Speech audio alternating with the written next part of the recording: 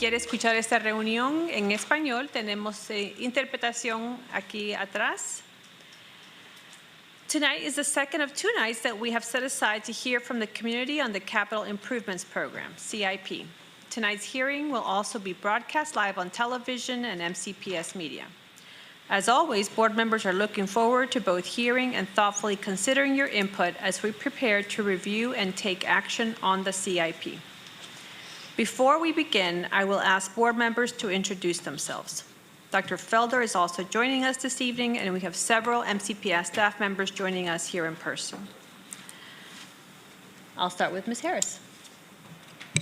Good evening, everyone. My name is Lynn Harris. I use she, her pronouns, and I'm an at-large member of the board.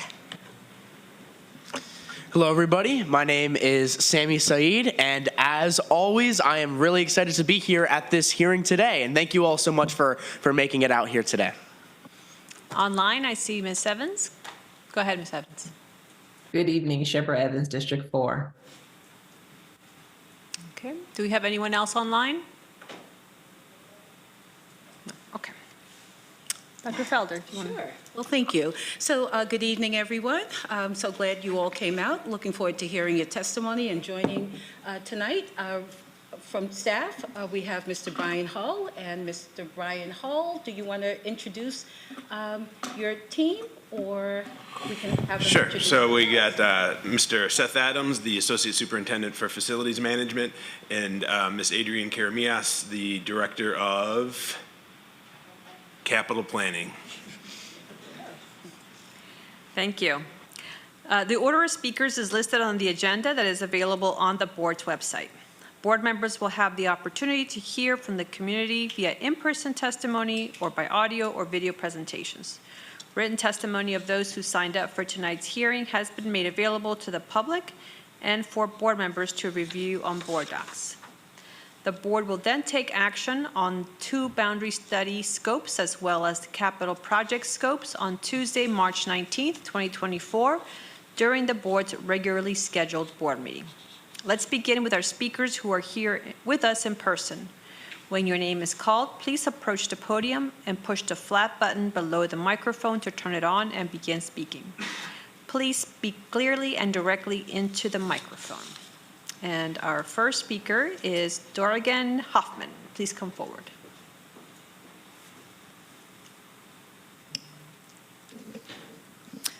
President Silvestri, Vice President Evans, Superintendent Felder, and members of the board, thank you for the opportunity to testify tonight. My name is Dorigan Hoffman. I am honored to testify on behalf of the Walter Johnson cluster of PTAs. Last week, you heard our cluster's concerns about the last-minute proposal to delay the auditorium of the future Woodward High School and open without the full amenities available at all other MCPS high schools. This week, we will focus our testimony on the Woodward High School boundary study. Our message is simple. We urge the board to be sure that the Woodward boundary study is on track for the new timeline proposed by MCPS staff so there are no further delays. Now that Woodward has been delayed to not open until 2027, along with Crown, we recognize that there are 2 large and impactful boundary studies slated to happen concurrently. Please do not let this set either boundary study back, since there are many key questions still to be answered. How will students be assigned to Woodward? Will there be a choice process? Will there be a traditional cluster catchment area? What programs will Woodward have? Will there be new programs or students at Walter Johnson? How does the consortium aspect of the DCC fit into all of this? Where will my child go to high school? Where will my child go to middle school? Will the board reassign rising 10th and 11th grade students who have already been through a choice process to select their high school in the DCC? What grades of students will get moved to the new high school? Our families are asking these questions, and many have been asking them for years now. The reopening of Woodward will mark the first time in more than 20 years that a new high school has been opened, and the scope of the boundary study is large. This means there are many more questions to be answered in this boundary study than in a traditional boundary study. Last week, we heard MCPS assure us that there will be plenty of time for community input and the board to take action, and then for the new school to have an opportunity to introduce itself to its new community before the school year begins. This is particularly important and complicated with a new school that will require a new principal, one or more new magnet programs, new transportation program plans, and more. Our community has dealt with a high school that is overcrowded to an extreme. 777 students over capacity projected for next year. The Walter Johnson administration has handled this admirably. But as Mr. Said mentioned during last week's work session, overcrowding takes a real toll on students. Our families are ready to see relief and ready for the Woodward High School boundary study to get started. We are ready to learn more about what the options are for our schools and our students. We are ready to learn more about the priorities of our families and our neighbors. We want to be sure that a new high school administration has ample time to get familiar with each other and their new community. The next step is to issue an RFP for a consultant to help conduct the boundary study. This is supposed to be released this spring. Please urge MCPS to have this out as early as possible and not to blow through yet another deadline. Please do not delay any further in getting the boundary study underway, and please keep our large community fully engaged throughout the process. Thank you. Our next speaker is Amy Ackerberg Hastings. Please come forward.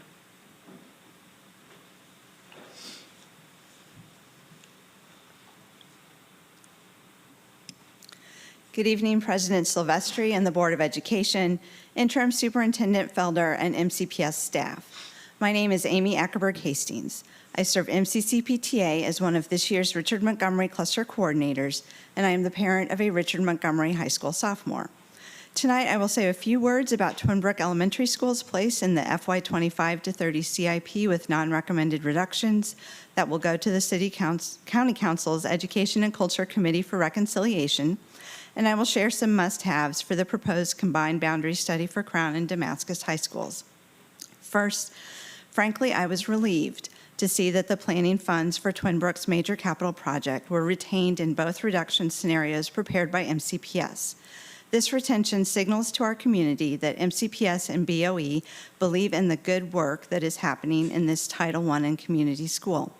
Indeed, it was encouraging to hear both Board Member Brenda Wolf and Associate Superintendent Seth Adams specifically cite Twin Brook's programmatic needs during the February 27th presentation and work session. We were naturally disappointed to see MCPS recommend a 2-year delay in construction placeholder funds for Twin Brook in both scenarios, but we understand the budgetary challenges that have resulted from the gap between county revenues and BOE's original FY25-30 CIP request.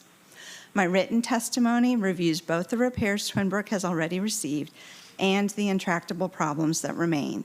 We ask you to remember that this school merits moving forward in the renovation queue as soon as possible after in-process major capital projects are completed.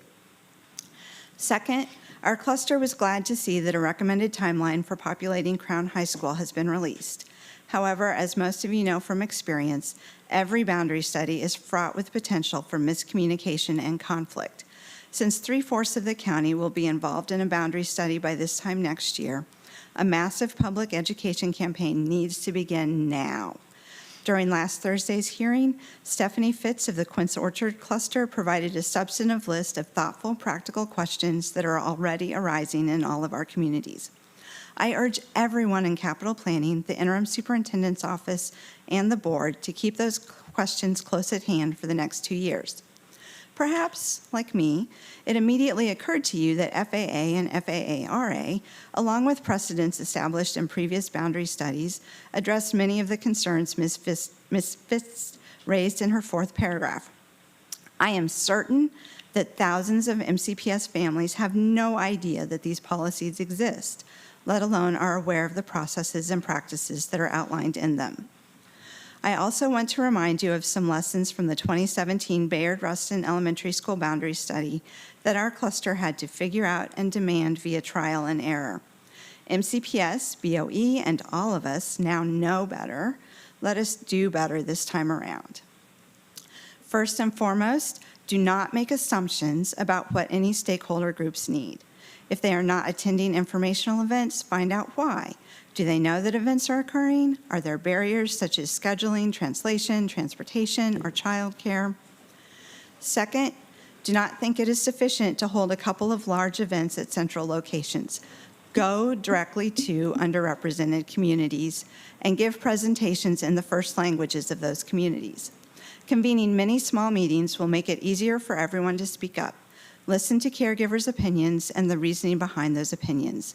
Trust caregivers' judgments about their children's educations.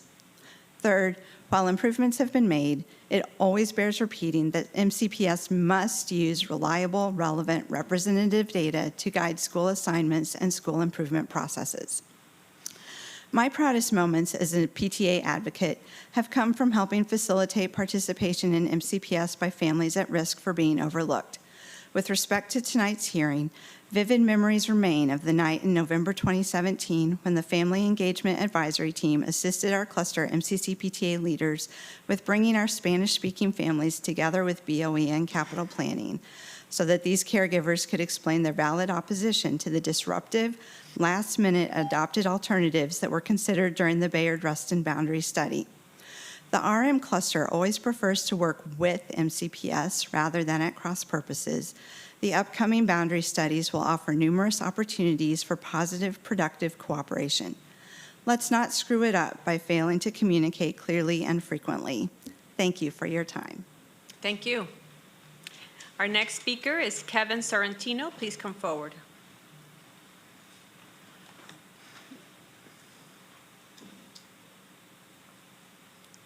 Just hit the button underneath the microphone and that will start. Yeah, there you go. Thank you. Good evening to the board. My name is Kevin Sorrentino. I wear many hats. I'm a parent, PTA board member at Twin Brook Elementary, and a volunteer at various things. I've lived at Twin Brook since 2000. I've had a child in Twin Brook from 2012 to 2018, and then another child there from 2018 to 2024. That's 12 years running. When the bell rings at Twin Brook, I can hear it at my house. My goal today here is to bring you into the Twin Brook community and to have you see the need and the value for investing at our school. Next, please. We are Twin Brook. We are a community. We are a mix of new and old. We are a mix of cultures. We are more than just strip malls and a metro stop, which is the joke that's online. And as you heard, we need to be heard. We have challenges. Next slide, please. Just like everyone else, we have a lack of sprinklers. We're not ADA compliant. Continuous, ongoing, never-ending seeming maintenance issues. Legacy systems continually in use. Rooms that are, alternately hot and cold. But we don't let that stop us. Next slide, please. Twin Brook Tigers, we roar. Respectful, organized, always safe, responsible. When I made this presentation, both of my children remember these rules, and these are the rules that children have learned at Twin Brook for a very long time. I actually learned after doing all this, Twin Brook is one of the oldest elementary schools in Montgomery County Public Schools. And at one point, it was one of the largest ones in the school system as well. I did not know that until recently. Next slide, please. We want to learn. During the pandemic, we were one of 2 schools that participated in the MCPS bookmobile. Hundreds of books were loaned to hundreds of students. Community members were yearning to connect, and staff at our school was helpful and reached out. Hard work plus this connection yielded results for our kids during the pandemic. Next slide, please. We find a way. Staff continually finds a way to make things work at Twin Brook. We collaborate with the Open Book Foundation, and each 4th and 5th grader went home with the book. Above the trenches, my child has this book. The Maryland Center for Computing Services, we won an award for coding, stuff that we did at our school as well. Our school partners with the Capital Food Bank for monthly family markets. Every beginning of every month, we have a food drive at our school, and parents can come and pick up food for their homes. We engaged in community outreach with both Montgomery County and City of Rockville for many programs for all of the kids at the school. After-school programs for soccer, art, drumming, and many sports, and you name it. Next slide, please. We lend a hand. During 2021, there was a huge flood at the Rock Creek Apartments at the corner of Twin Brook Parkway and Veers Mill. People were asking the PTA, what can we do? The PTA partnered with Interfaith Works, which is the which is a program that the county also partners with, and the PTA collected donations over $6,000 for the people who were at the Rock Creek Apartments. Our outreach staff from our school actually went to the apartments and helped out as well. Next slide, please. We see growth around us. I took that picture from the front door of Twin Brook Elementary. That is Twin Brook Quarter. I'm sure you've seen it. It's on 355. It's huge. And they can see our school from that building, and we can see our building from that school.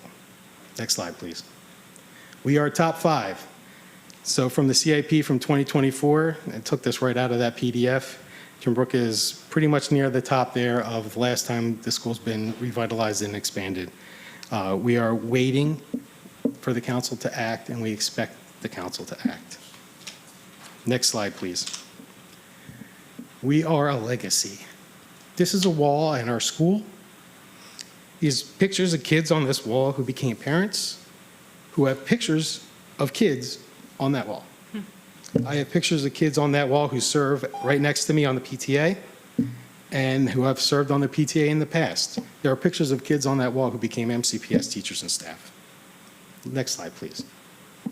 We need you.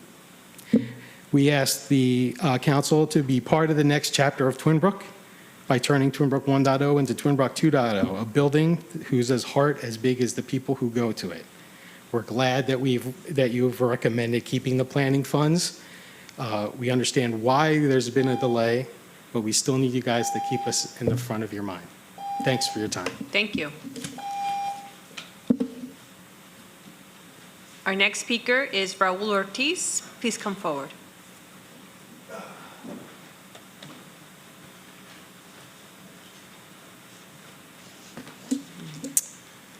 Thank you very much for listening and hearing us out. My name is Raul Ortiz from Damascus High School. I teach the automotive program there. I've been there 22 years. It's funny, the picture he brought up with all the students, I have the same thing. I have children from the students that I taught.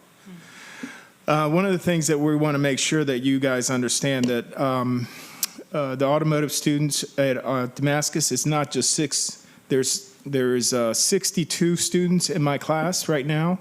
That 62 is double period, so they need to be counted twice. I also am one of the only teachers that teach 6 periods when under contract we actually are only supposed to teach 5. But for my program to work, I teach 6, which is fine. I mean, I'm used to working hard and no problem with that.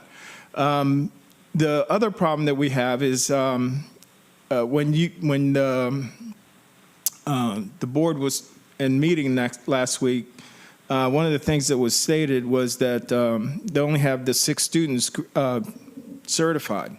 Well, that's not true. I have 19 that are completing the program this year, plus the 6 that already completed the program. So that means, we have 25 students graduating from the program. This year, I have a potential of 34 students that will be graduating next year with certifications, certified completers. Now, out of those 25 students, I have probably, I think, 12 of them that are ASE certified. That's a big deal, okay? My program is an ATEF program, which means that it's a certified program. It's not just working on cars. It's not just a matter of, just working on, I think Seth said that it was working on alternators and stuff last week. And It's a little bit more than that. We do cover a lot of stuff. We cover a lot of items. From bumper to bumper, we cover it. Damascus, we have the multicultural class. All the students, they wanted to ship the students over to Seneca Valley, and they don't want to go. I mean, I did a survey on my own. Just, hey, what would you want to go over there? And they said, no, I don't want to go over there. It's multicultural students. So we have, a lot of them that want to stay because they're just proud to be Damascus Hornets. And again, didn't get through it. Thank you. Zach Jones, please come forward. Not here? Okay. Our next testimony is video. Wendy Smith, please play the video. My name is Wendy Smith. I'm submitting this video testimony in advance of the March 14th Spring Capital Improvement Project. My husband and I have lived in Damascus since 1983. Both of our sons graduated from Damascus in the trades program curriculum, one from the Automotive Trades Foundation program and the other from the Construction Trades Foundation program.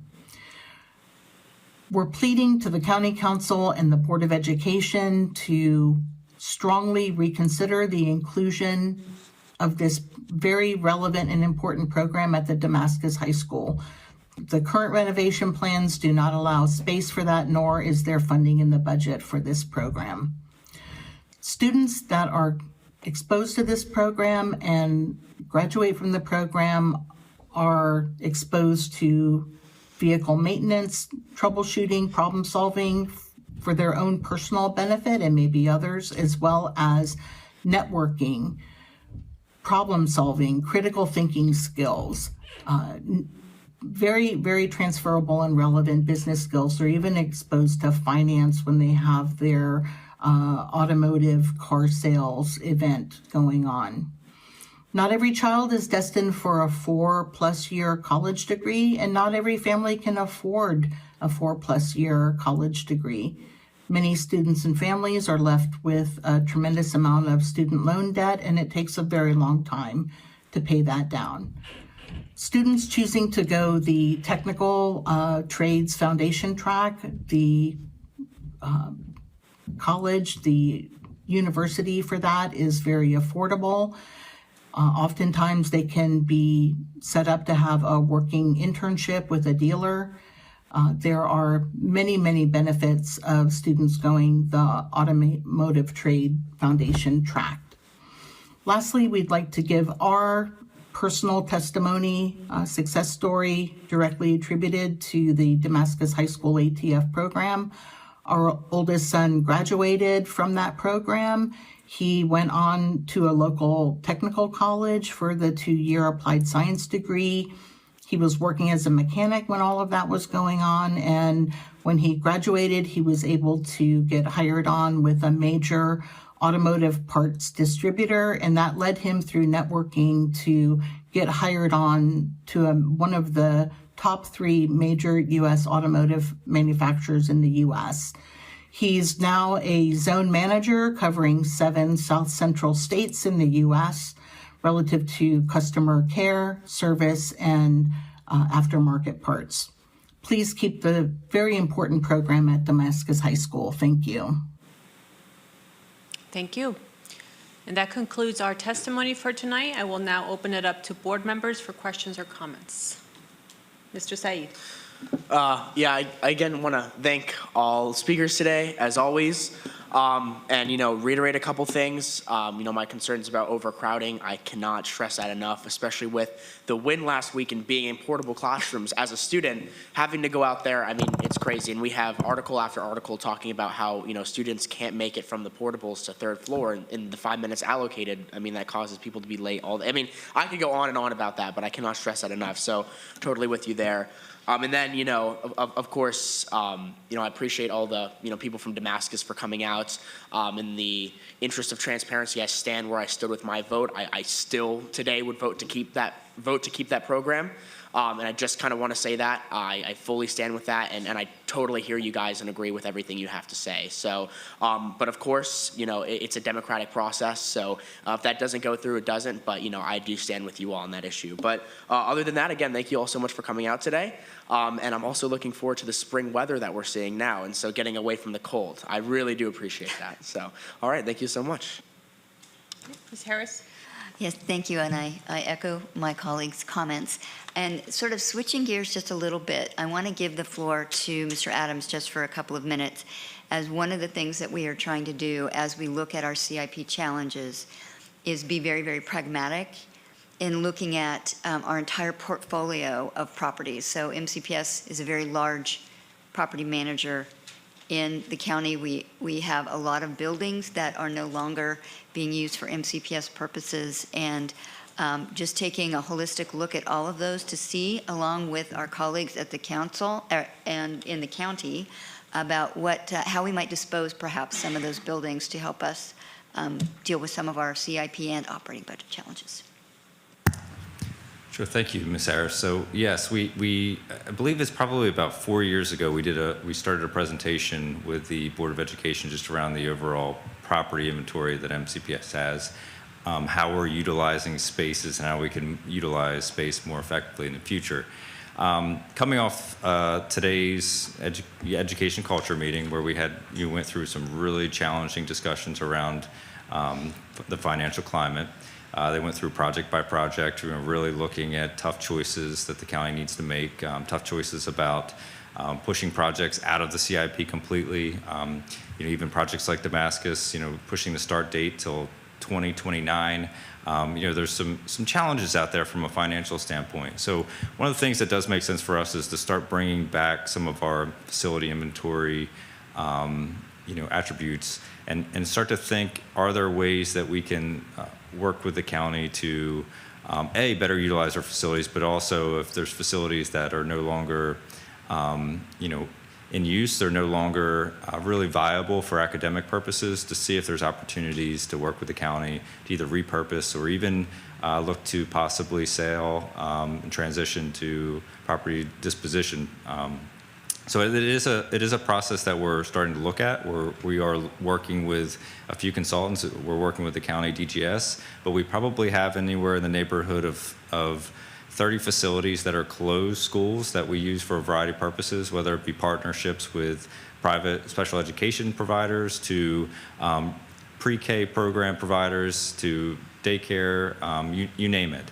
But there are other facilities that are used for other purposes that we have attempted to look at from the purposes of reopening in the future, and it just doesn't seem viable. So it does make sense for us to start transitioning in that way and see if we can positively impact the economics of the county and see if we can transition some of these funds back into the CIP in order to move the needle on things like Damascus or other delays that we're likely to see throughout the CIP. So that is an update. I believe we'll most likely bring that back to fiscal management and obviously back to the full board at some point, but it is certainly the right time to start to think differently about the properties that the Board of Education owns and see if there are opportunities to help the fiscal climate that we're currently facing.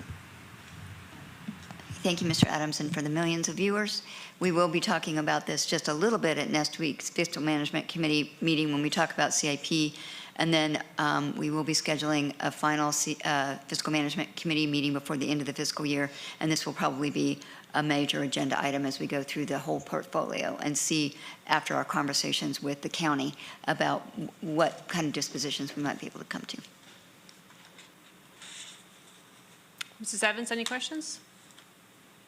No questions, just like my colleagues have done. Just thank you to everyone who came out today to share their feedback with the board. We really appreciate it.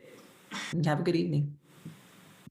I wanted to ask Mr. Adams, in terms of the boundary studies, which we will be approving next week, can you remind us the original start time for Woodward and what the proposed new start time is and the rationale for that?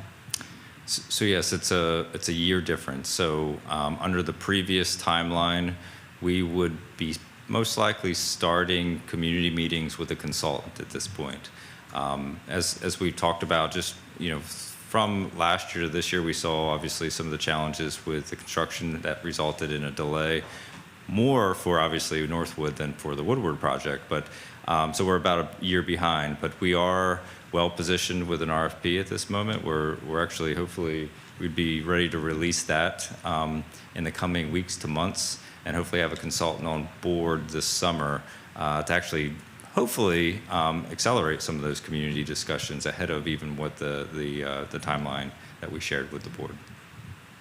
So it's like what, like a 6-month delay or 6-month difference? It's a year. I mean, we're year, okay. yeah. So the proposed shift is an entire year, but where we are right now, we're obviously not starting from ground zero where we were last year. So we have quite a bit from RFP development and ready to release. So we're obviously a few steps ahead of starting from the starting point from where we were last year. And are you confident that you're still able to do the engagement necessary to do such a large scope project?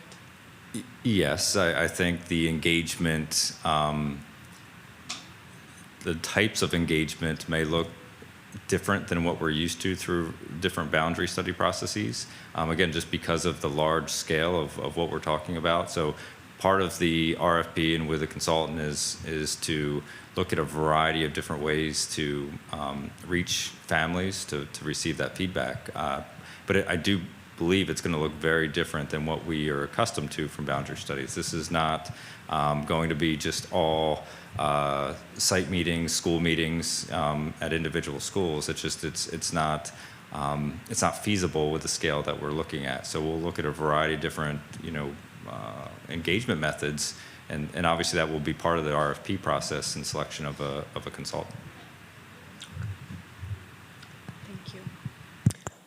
I don't see any other lights on or questions, so thank you so much for coming out to testify. I appreciate it. And Dr. Felder, do you have any closing comments? Sure. I, too, would like to thank everyone for coming out tonight. Your voices were certainly heard, and your time appreciated. I also appreciate what Mr. Adams shared with regards to looking at how we engage families in a more comprehensive way, and the comments that were made specifically about that. So thank you. Okay, with that, we adjourn. Please drive safely. Have a good evening.